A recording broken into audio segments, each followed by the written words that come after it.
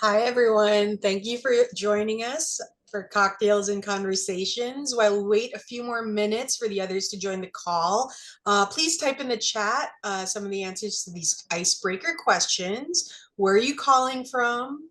Have you ever flown on a plane with a Purdue grad who is the pilot of your flight? And raise your hand if you visited the Purdue airport. So let's see.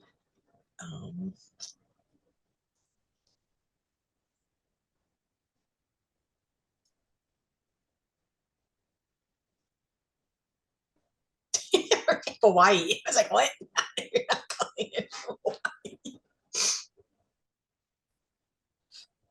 Orange County, Carmel, West Lafayette.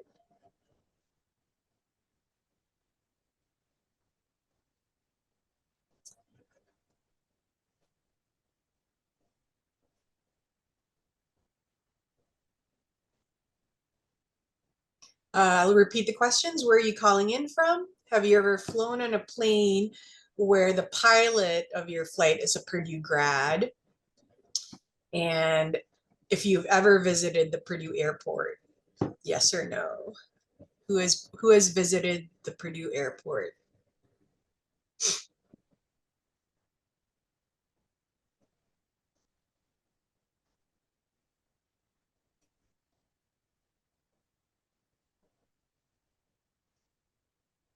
Oh wow. So you have visited a long time ago. So you should come again. It's now open for commercial flights. We have um, United Airlines with their partnership with SkyWest is actually flying out of Purdue Airport. So for here, West Lafayette to Chicago.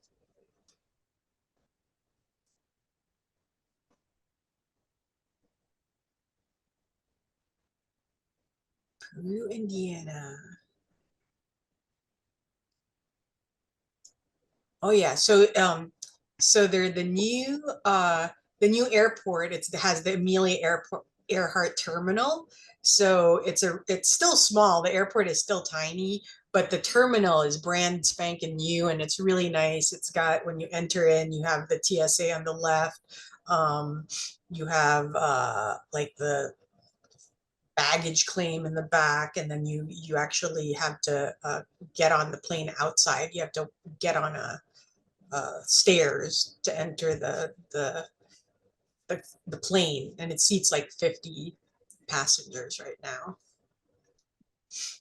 All right, so Stephanie, you want to share our slides?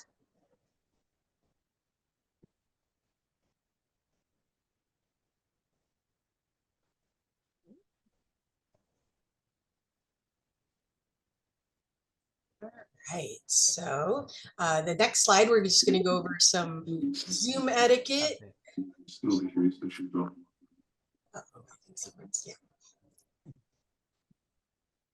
So for Zoom, all attendees will be muted upon entry.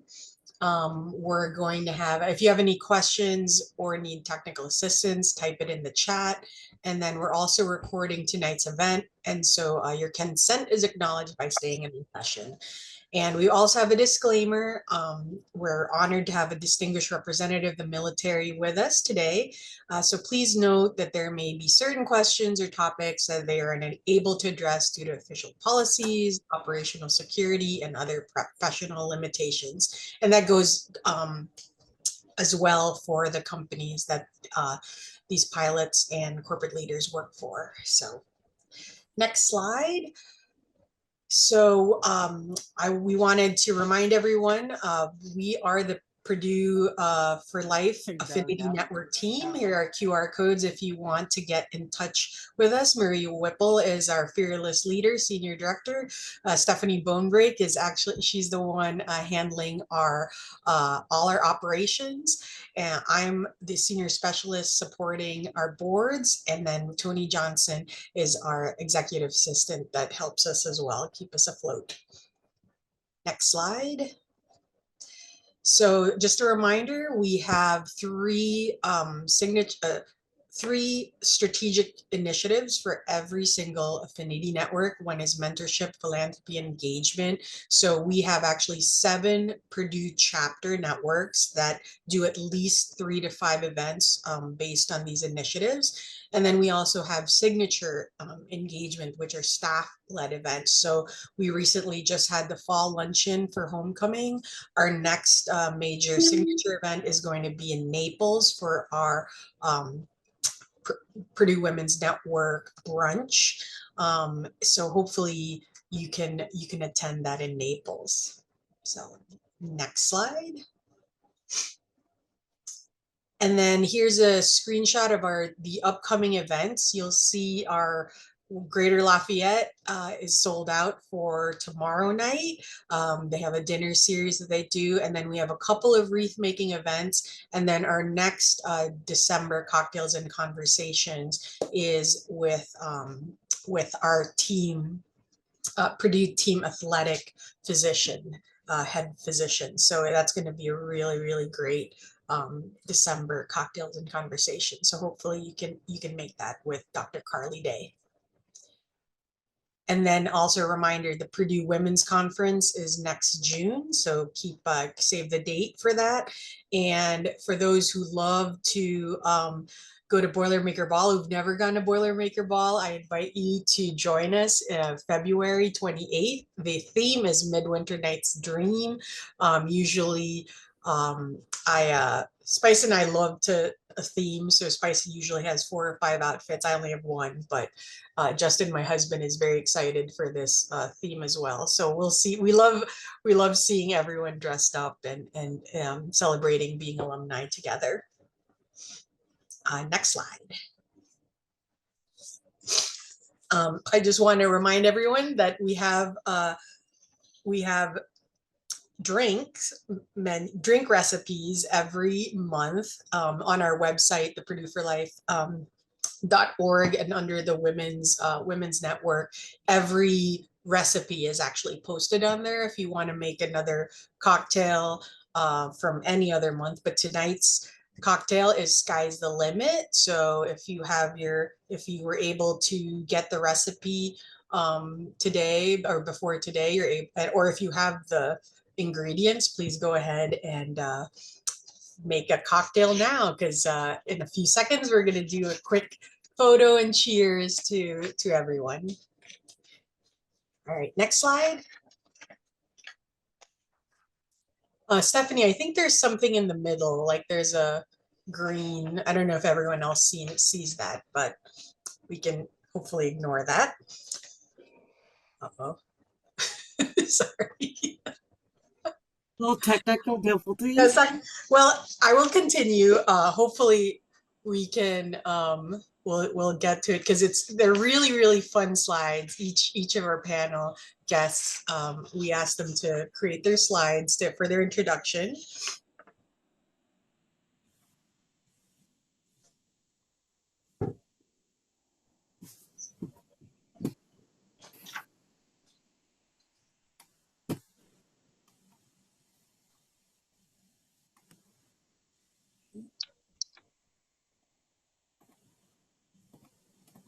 Well, I'll go ahead and do the toast. And Spice, get your camera ready, and everyone get ready to get your photos taken, because we're going to do the cheer.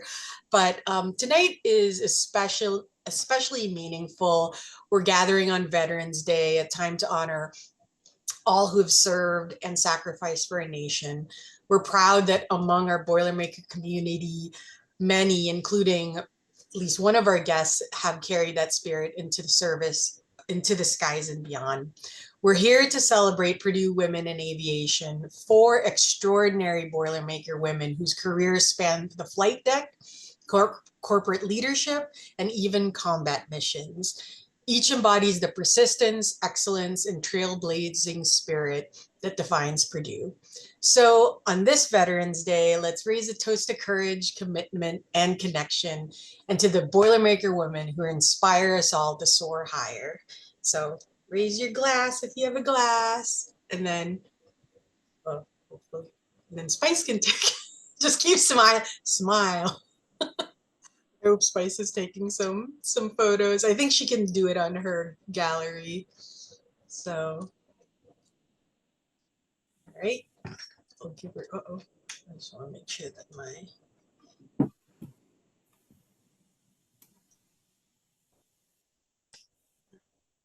Let me know, Spice, if it's all good.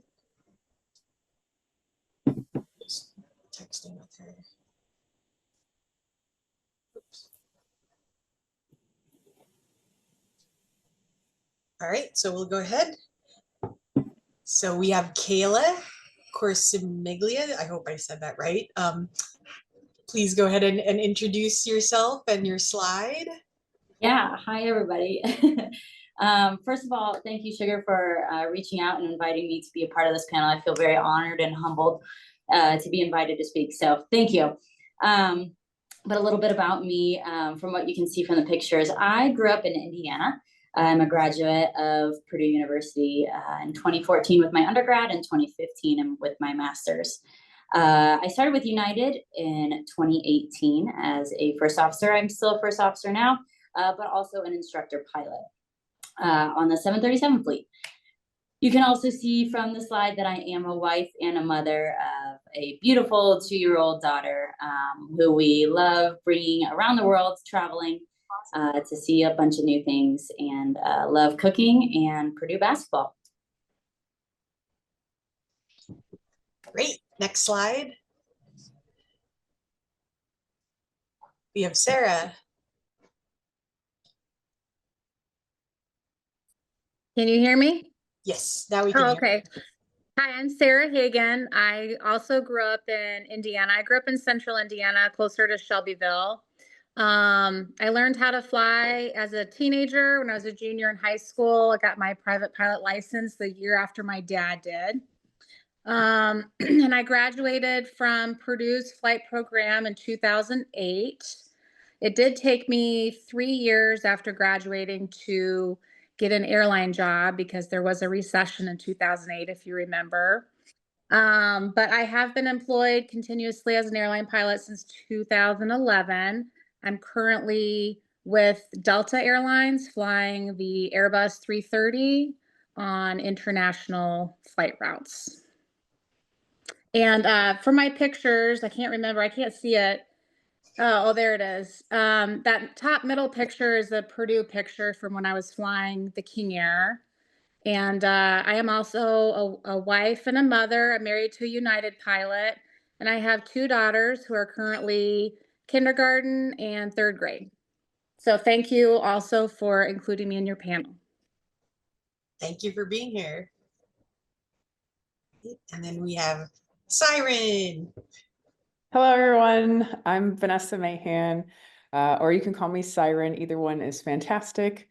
Siren is my call sign, just like spice, sugar and spice. So I also grew up in Indiana.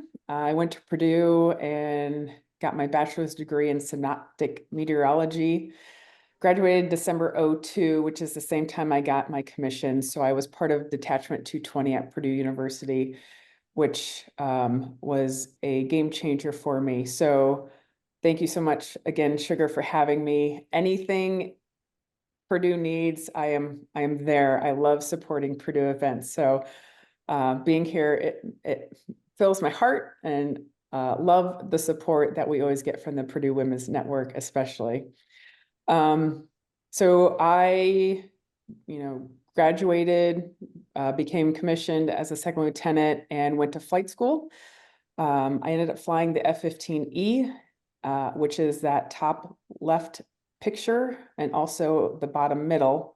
The bottom middle, both of those photos are taken in Afghanistan when I was supporting Operation Enduring Freedom. The top right photo is an EA-6B Prowler. That is now a legacy aircraft. They no longer fly it. So I'm that old, yay! But that was a tour that I did with the Navy, and there's some questions that talk about that. So right now, though, I don't fly for the Air Force anymore. I fly a desk for them.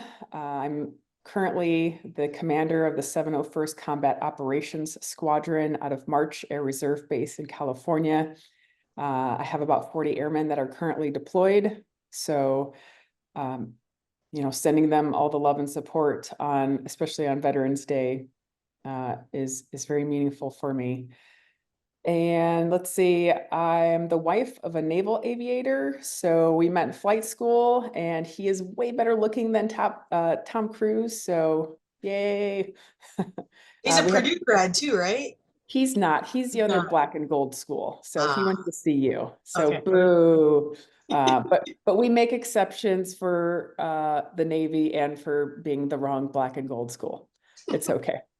We have 2 kids together, a boy and a girl. My son is 14 and my daughter is 12. That is also my dog in the bottom left corner there. His name is Blue Dude.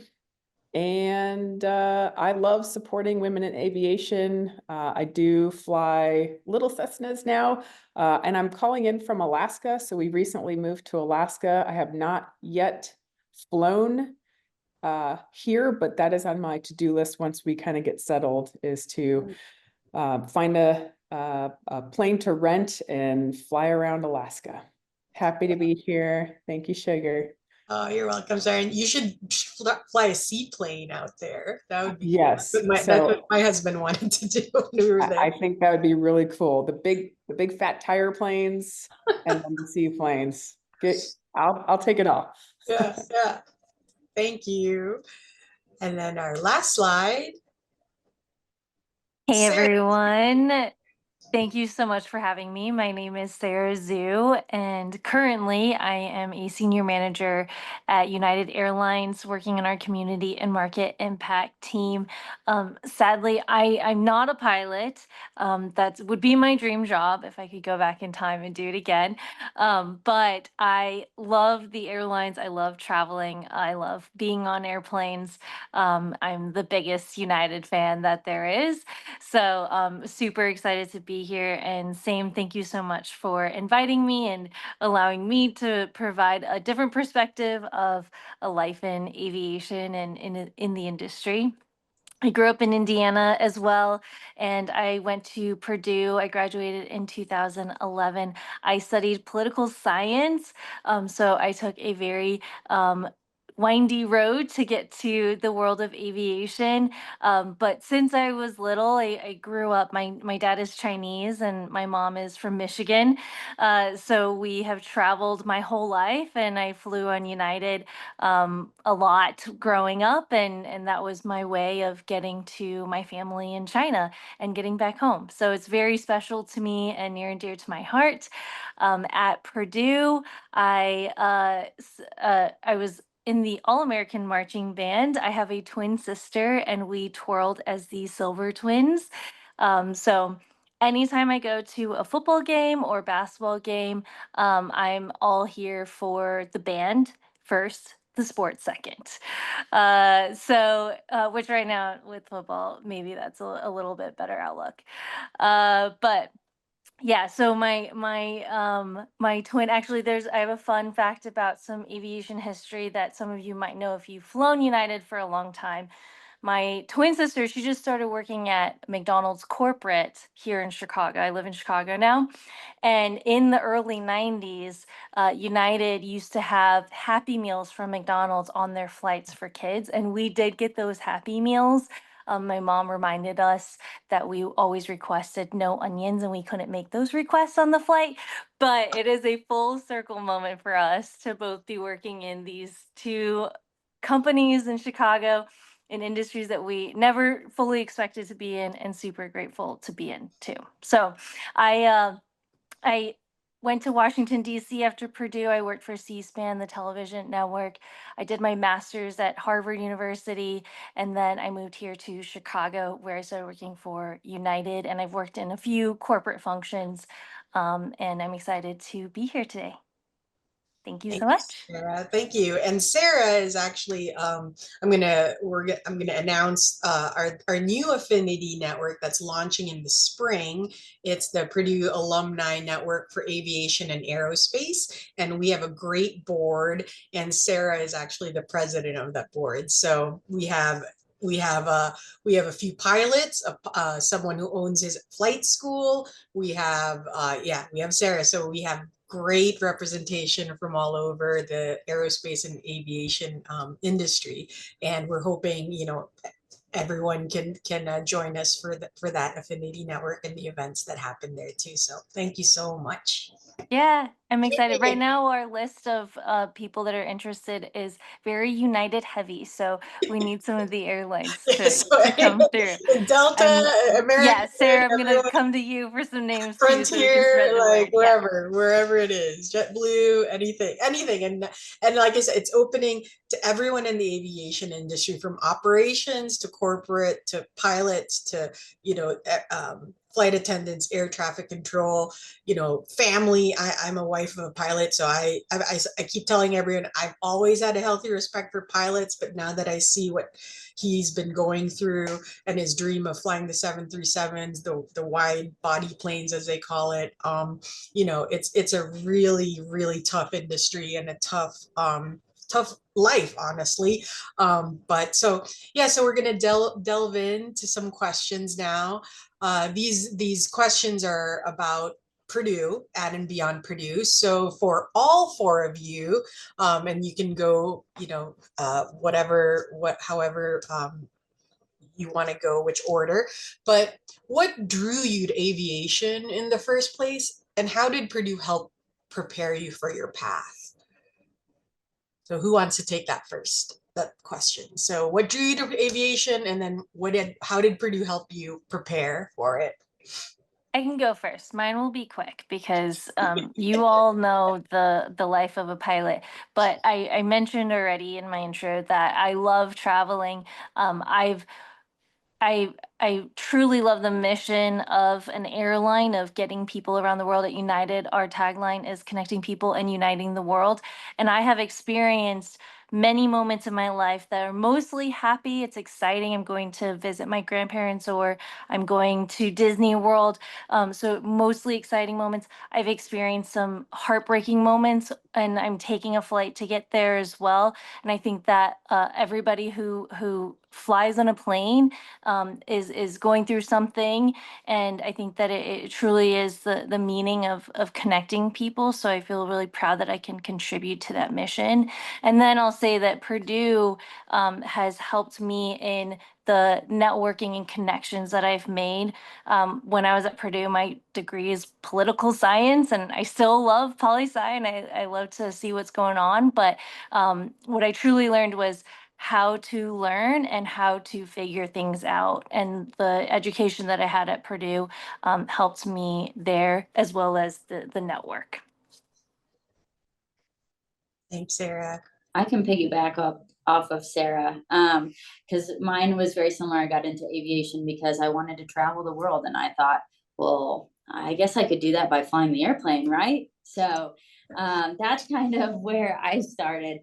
Because I don't have anyone in my family who was in aviation. I don't have any pilots or no neighbors or anything like that. So Purdue helped me first and foremost with a community of aviation leaders, mentors that I could really lean on during that time there and moving forward as well.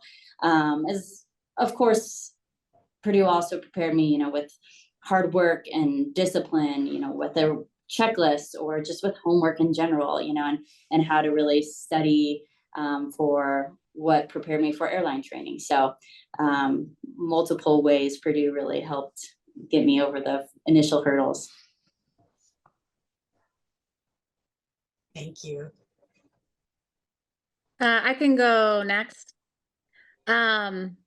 So what drew me to aviation was that my dad got his private pilot certificate in the year 2002. So he and I did a lot of general aviation flying, or flying to get the $100 hamburger, as maybe you all have heard that phrase. So had he not gotten an interest in that hobby, I don't think I would have ever thought twice about aviation. But Purdue was I was grateful to get into the flight program, and I can say that when I know it's changed since I've left, but when I was there, we had a 727 simulator, we had a King Air that everybody had the opportunity to fly, and we had a beach jet that a couple candidates every year were selected to fly the beach jet.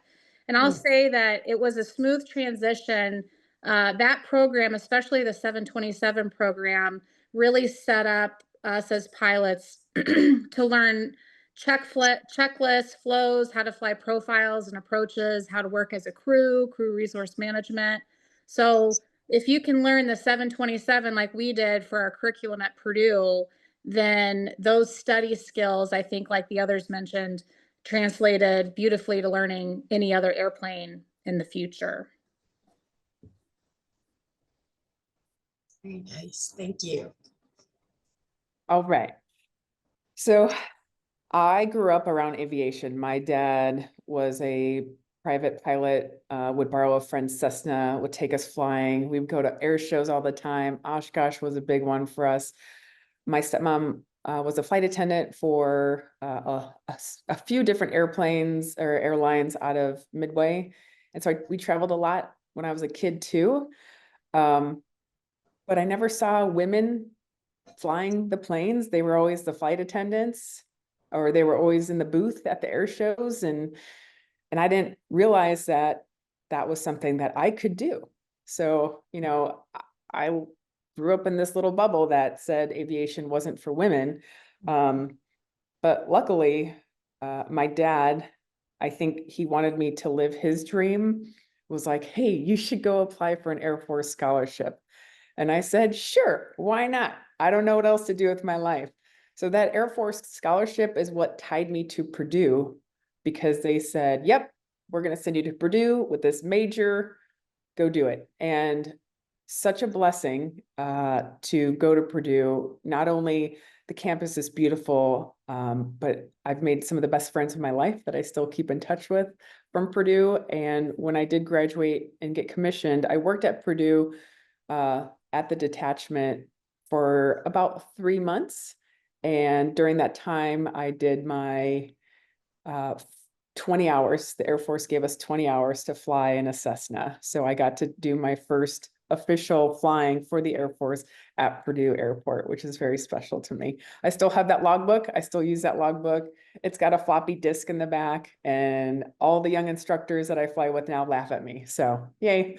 That is so cool.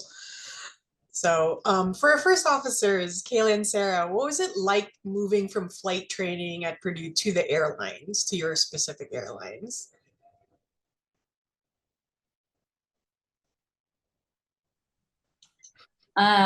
Just kind of what Sarah said.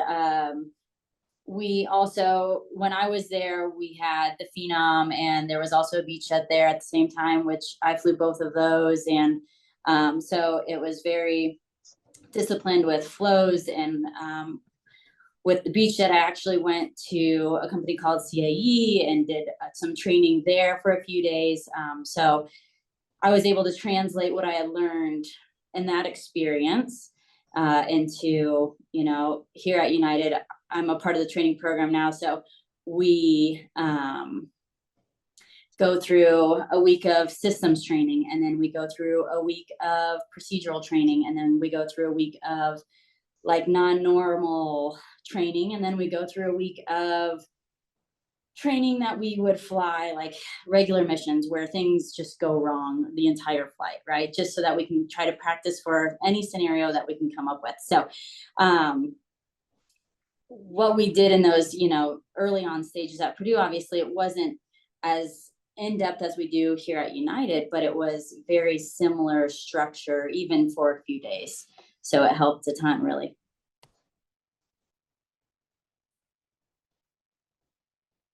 I know Sarah's not able to unmute. Uh-oh. Oh, here we go. There we go. Yeah. Sorry, I'm on my iPhone, so I have to flip around here. So the question was, what was it like moving from flight training at Purdue to the airlines? And I think I kind of touched on that in my last comment, which was, it was a pretty smooth transition because we were prepared for that airline specific environment, like working with the crew and checklists and stuff like that. And so Purdue did give us a good boost because other pilot candidates that come into the airlines with a general aviation only background, I think they have a harder time transitioning. So Purdue did set us up well for that.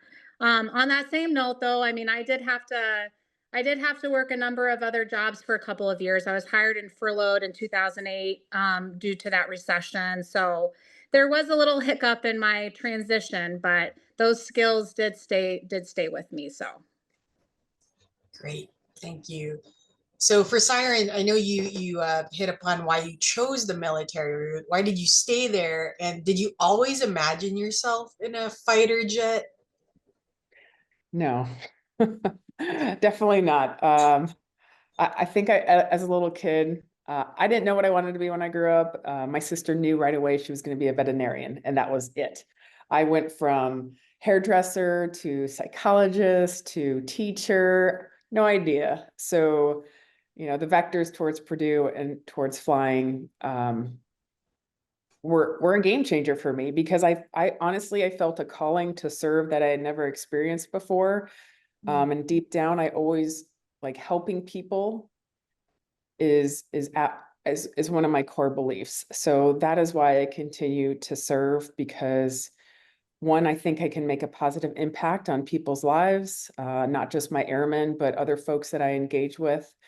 And two, it makes me feel really good that my family is proud of me, and I could be a good example to my kids on continuing to serve and doing all the things, maybe not doing all the things well all the time, but, you know, working hard to take care of my family and then my Air Force family as well. So just that calling to serve hasn't stopped yet. Well, thank you again for your service. We really appreciate it. For Sara Zou, how do you translate your Purdue experience into shaping the voice of one of the world's largest airlines? Yeah. At work, everyone knows me as the Purdue grad because I am very excited about it and I talk about it. And then when I meet someone who's gone to Purdue, I connect them. But I would, what I like to translate is that Purdue and United are internationally known brands. Everyone knows about them. But then how do we build the brand identity as uh, a good airline, as a safe airline, as an airline that cares about the community and the people, the employees? I think Purdue has done a really great job of building up community at school and after. I think our alumni network, I've heard from others, I'm a biased source, but I have heard that Purdue alumni are extra enthusiastic, and I've seen that in a lot of my involvement with the alumni program. So I think that kind of contributing to the brand identity has been my goal and mission, or really Purdue has prepared me for that so that I can do that at work too. Well, it's very cool. Can I jump in real quick? Yeah. Just based on what Sara said, I do want to say that I think people are jealous of the Purdue alumni and the quirky funness that we are when we get together. Because when I'm with other Purdue alumni and non-Purdue people see us, they're like, "You guys are so weird." I'm like, "We're not weird, we're awesome." And you are jealous. So yeah, 100%. Yes. Totally agree. I love it. I love it. It's the Purdue family, you know. We really do care actually about each other and celebrate each other's successes, and we want, you know, and we also uplift. I know I've had that experience in my own life. So, yeah. So the next few questions are about aviation life. So for the first officers, what's a day in the life for you? And how do you manage that rhythm of airline flying and personal life? And I'm actually very interested in this because my husband wants to be a first officer soon. So I'm probably going to live that hopefully soon. So I can go first. I think everybody's situation is pretty unique. I'm married to a United pilot, so I'm a fan also of that United life. So we have a two pilot household and two children, and my mother, Jenny, lives with us and she helps care for our children when we're both at work, which actually, now that I'm flying international routes, I'm home a lot more than I used to be when I was on the 737. So a day in the life for me, for example, is getting up at 6:15, getting my two girls on the bus at 7:15 in the morning. I live in Indianapolis, but my pilot base is in Detroit. So I either drive 4 hours to Detroit or I catch a commuter flight out of Indianapolis to Detroit. And usually my international flights take off at, 4, 6, 8 p.m., something like that. And then I'll fly all night international. We do get a rest break because we're a crew of 3 and land in Europe in the morning. And I've been up usually for 22 to 24 hours. So that's day 1 of work for me. And I'll pass the baton to Kayla now. Yeah, mine is not that crazy. But kudos to Sarah, because I don't know how I would not be able to be married to another pilot, because our schedules do get pretty crazy at times. And that's part of the reason why I took the job in the training center here. We live in Denver and the training center is here in Denver. So I drive to work. It takes about 17 minutes from door to door if there's no traffic. And my shifts kind of flex every day. And so luckily my husband's schedule is very flexible as well. So sometimes I may work at 4 a.m. and sometimes I may start work at 8 p.m. like what I'm doing tonight. So it just kind of flexes every day. And that's what works well for us and our family. So my specific day in the life would be show up maybe 45 minutes to 30 minutes before our pilots in training are going to be meeting me. And then we'll brief for about 2 hours about whatever topics we are going to be covering that day in the simulator. And then for 4 hours, we get in a simulator and we do lots of different things, kind of like what I had mentioned earlier, whether it's procedures, maneuvers, or kind of a loft phase where we fly flights. And then after we're in the simulator for 4 hours, then we get to debrief for at least 30 minutes, if not a little bit more, and talk about what went well, what could we have done better, and how will we do better next time so that we're constantly trying to improve. So all that being said, I could work maybe 3 days in a row and have 2 days off, and then maybe 1 day on and 4 days off, and then 5 days on. And every month it's a little bit different. And we try to just bid for our schedules, just like a line pilot would, on what works best for the things that we have going on that month. So then when it comes to balancing work and life, what I try to do at least is when I'm home, focus on family, and focus on just rest, being there. And then when I'm at home, I really try to work and give my full attention to the training and the people that I'm mentoring and working with that day. So yeah, and I saw someone had a comment, but I don't know if we have time for comments at this time, because we'll have questions at the end. Yeah. Okay, I'll mute myself now. So Siren, what was it like being a carrier qualified in the Navy, and what do you carry from those experiences into your work today? So I joined the Air Force. I didn't join the Navy. I was not expecting to ever be on a carrier or to carrier qualify. So at first I was like, no, I'm not doing this. This is crazy. But honestly, like, how many Air Force people get carrier qual? Not that many. So I look at it as just this amazing opportunity because I was with a squadron that I really cared about. And yeah, I wanted to be a part of it and do all the things and be on a ship. Is that like Top Gun? I see Top Gun, the movie. Is that what that is? It's not that cool. I mean, yes, it is that cool. Like the takeoff and the landing part, pretty darn cool. Okay. Yeah. Ship life itself, not super cool. But I only experienced it for about 3 weeks while we were doing workups for deployment. I did not get to go on a deployment with the carrier. But just doing workups and having that experience is pretty amazing. So what do I take from that to carry forward is really to expect the unexpected and to see the opportunities that are presented in front of you, even if they might scare you a bit, even if it wasn't something you didn't plan for.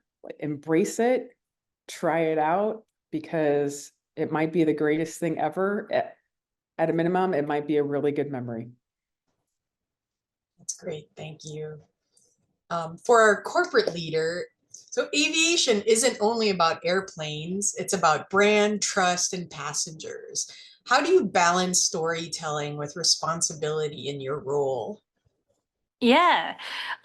So I thought you were gonna ask me about what my day-to-day looks like, and it's like these calls and meetings, like a normal corporate job. But um no, I get to have a lot of fun, and I get to go to a lot of places too. But to go back to your question, how do we you know implement these things? An interesting tidbit about the meetings that happen at United: when you're on a flight, the flight attendant's going to do safety briefing as we're pulling away from the gate. We host, or we have safety briefings for all of our meetings beforehand, where we talk about where the exit is, where the nearest AED is, where the fire extinguisher is, if anybody is CPR qualified. Wow. So yeah, we do this in the office too, which is always funny to see reactions from external people when they're there, because we start off the meeting and say, there's an AED out the door and to the right, and there's the fire extinguisher in that wall, and then the exit is that way. So Wow. I think that United is fully committed to safety first, safety always, as are all the airlines and all the field of aviation. So I think that the building the brand identity um, comes from a commitment to these SOPs, standard operating procedures, that happen on the planes. They happen in training, but they also happen through and through corporately, where we're always thinking about safety. That's going to be the standard first. So all of the decisions that we're making is, sometimes it's safety physically, sometimes it's safety for our brand reputation. I do a lot of contracts with external partners, and I'm giving a lot of money away to other partners. So we want to make sure that we're protecting our brand and reputation. Our airline and other airlines have gone through a lot of a roller coaster in the last couple decades of what they're known for. So that is super important, is making sure that our brand is protected in that way. I do a lot of There's a lot of contracts. There's a lot of working with legal to make sure everything is tied up and safe for the brand. No, that's great. I love the continuity. So like end to end safety Yeah. is that'd be interesting. I don't want Maria to start our meetings every day. I can just see that. That'd be funny. Somebody needs to get CPR certified so that you have Oh someone in yeah, the room. I mean that's actually that's probably a really great idea. So my other question, my next questions are about reflection. So for all of you, aviation can be tough, especially for women carving space in male-dominated fields. Can you each share a moment where you had to break through barriers? And you could start, whoever wants to start. I can start. So I am a big believer in having mentors, and now I'm at a point where I can mentor others. I talk to a lot of Purdue students mostly. If a Purdue student reaches out to me, I'm gonna say yes. Um, but I have had a lot of really fantastic mentors in my life. When I got to United, I have a few people, and they're mostly women who I look up to and who I've interacted with and help guide me. I had a leader who was also very big on mentors. So they said, as part of our role, that they would help me find a mentor if I needed one. I didn't need one because I had one, but I was like, I need a man who can be a mentor, who has been in this industry for decades ahead of me, to give me another perspective that I'm not getting from my women mentors. Fantastic women mentors, but I also wanted that perspective at United specifically. So I asked that, and my manager is a man as well, and I feel like his response was kind of taken back, like, oh, because they think, oh, this woman is asking for a mentor, I'm gonna go find a woman, and you're like, yes, but also I need that perspective that I'm not gonna get in a honest closed door conversation. And I've had a mentor for the last 2.5 years, with a leader. He's been at United for almost 20 years, and it has been amazing to bounce ideas off of him, to hear from his perspective on certain situations that I perceived it one way, and then he's like coming from the other side. So that was something that in that moment I felt a little self-conscious asking for that, but I'm glad that I did. Great. I'll jump on next. So many barriers. I don't even know where to start. Like all the different kinds of barriers you can think of, I feel like I've experienced. So and some as simple as, how do you go to the bathroom in the jet? Like, how do you have a family and fly an injection seat aircraft? How are you postpartum and nursing and flying in a jet aircraft? Like, those are huge barriers, and you're like, how do you do this? So those are just some. And then you have the other ones too, the ones that, you know, people say you don't belong in this community, or what are you doing here? And those were very few and far between. And then there were some older guys, older gentlemen that I would fly with in my combat squadron, where it didn't matter if you were a man or a woman, like, you had to prove yourself. So, like, gender aside, you had to prove to that person that you belonged in the aircraft, that you were smart on tactics, that you knew the ins and outs of the airplanes, of the weapons, you know how to plan, and that you know, could show that you were confident, but not cocky. So that applies to everyone across the board. I will say all those other issues that I talked about, a lot of the guys were curious about that too, because, you know, there are more and more women joining the Air Force and flying, and they want to be able to have answers as well. And then some might just think, we're just like, how do you do this? Or, you know, they have wives too who weren't in the military, but they understood that I needed to pump before I flew, because pulling cheese and not pumping prior makes things a little leaky. So good time. Hey, this is Again, good memories. But I, you know, like Sarah, I'm open to discuss all the things that are uncomfortable with men and women, just to help people feel at ease. Like, hey, you're not the first person to go through this. Let's talk about things and how to overcome them, so you can continue to do the mission and not worry about, you know, all those other things. Thank you. wow. I didn't even think of that, but yes. Now I'm going to think about that every time I fly. Okay. Good. Sarah, Kayla. I thought about this question for a bit, preparing for this, and I feel like I don't have anything overly eloquent to say, other than I think, as a woman in aviation, you do get a little bit of extra attention. And in my case, for me personally, it's usually unwanted attention. I mean, I prefer to just go to work with my uniform on and just do my job. You know, without any extra attention, I don't know how else to say that, but I, I don't feel like I've broken any barriers. There's been so many women ahead of me, but I would say the only thing I can think of is just that, maybe breaking barriers just in an individual way, like having one-on-one conversations. Sometimes I have passengers approach me and they say, I've never even seen a woman pilot before. And so just having a conversation with them, or even these men that I fly with, sometimes I'll get a comment at the end of a trip like, oh, I've never flown with a woman and I was very nervous to fly with you. And I usually just use humor. I say things like, well, I don't bite, they act like they don't know how to behave when they're working with a woman in a tight knit space. But yeah, I just try to approach all these things with kindness and humor and maybe I guess break barriers just one at a time. Yeah.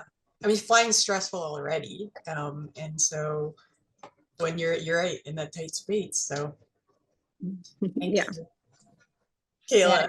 just picking back off of what everyone's kind of already said. I don't necessarily feel personally like there's been any huge barriers for me, but one thing that we have at United within our women pilot group, which, and I'm sure that maybe other companies have as well, as we have like a Facebook page for all of us women, and we can bounce anything, any issues that we have going on, or, hey, has anyone thought about this? Or, when it comes to the, what do we do with nursing? I'm a new mom. I'm pregnant now. How am I going to deal with that when I do go back out and fly? And we can do that. I know in our training center, we have a specific one for the training center. We have one specifically for mothers and expecting mothers. So like, each phase of our lives, it seems like the women are constantly trying to back each other up and help break any barriers that one person goes through, that way it doesn't feel as strange or as hard for everybody else. So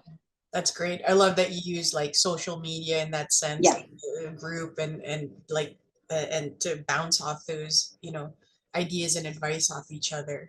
That's awesome. For the first officers, what is your most memorable flight or passenger that made you realize this is why I love flying? Could be good or bad. So, Sarah, Kayla. I'll go. I'll say that is a very common question that, neighbors and acquaintances always love to ask that question. Who have you flown? And as a airline pilot, usually I don't know who's in the back of the airplane.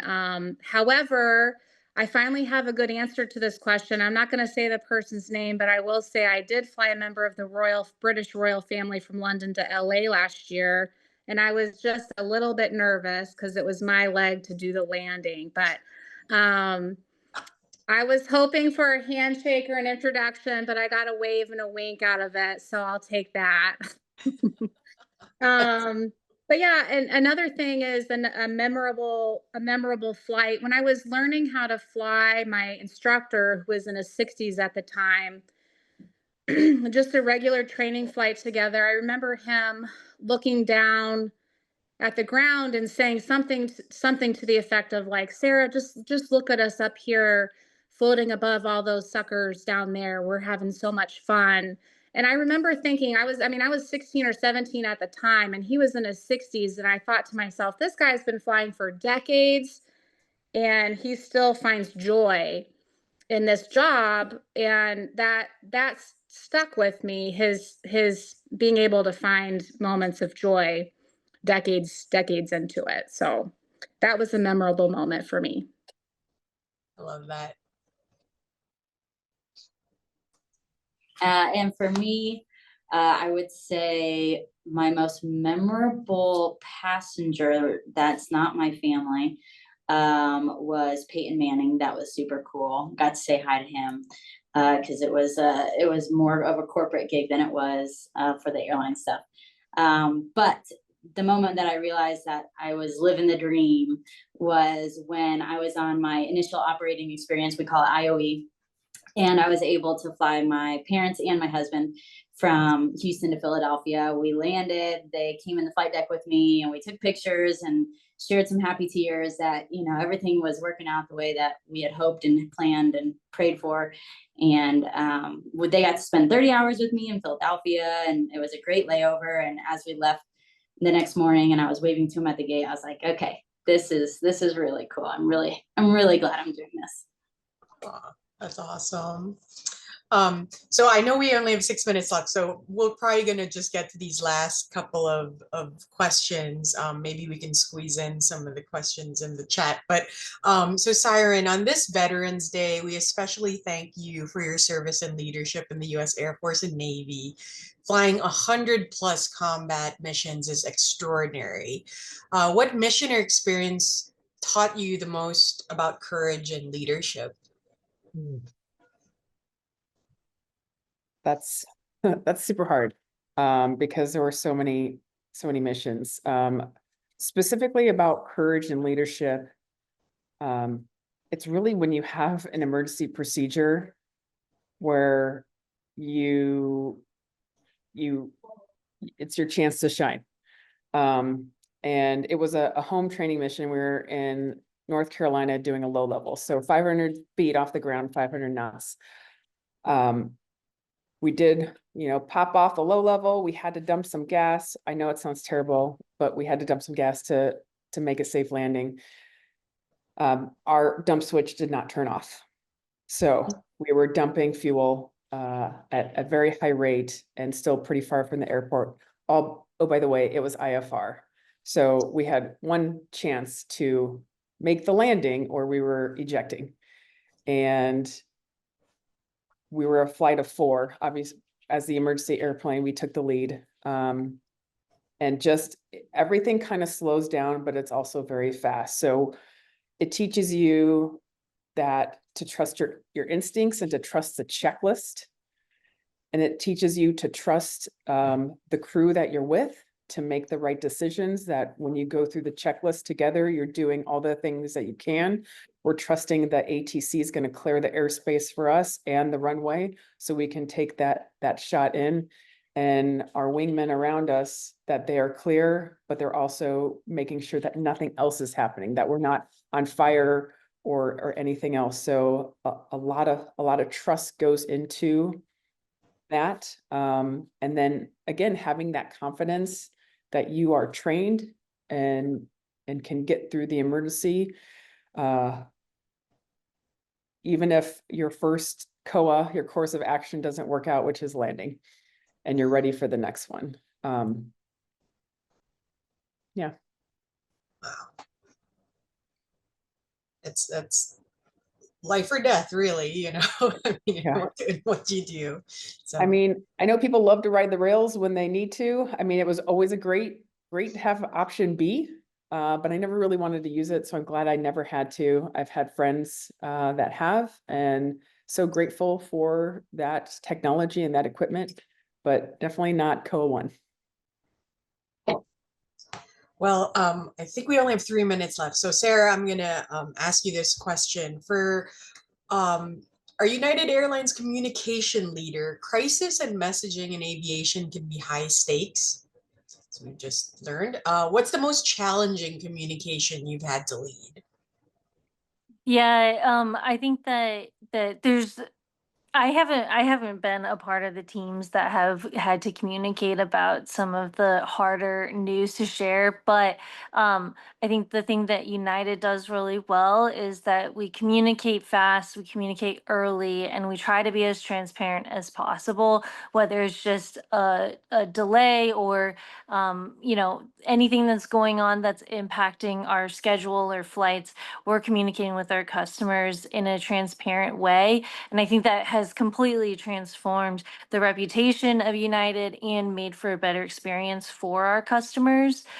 So I've learned also just in my day-to-day life and working in corporate that having that transparency, letting people know, like here's a challenge coming, like let's figure out what we need to do to face that, and be upfront about it. Builds a lot of trust. It builds trust personally for me, but I think it builds a lot of trust for the brand, Thank you. Well, especially in this industry.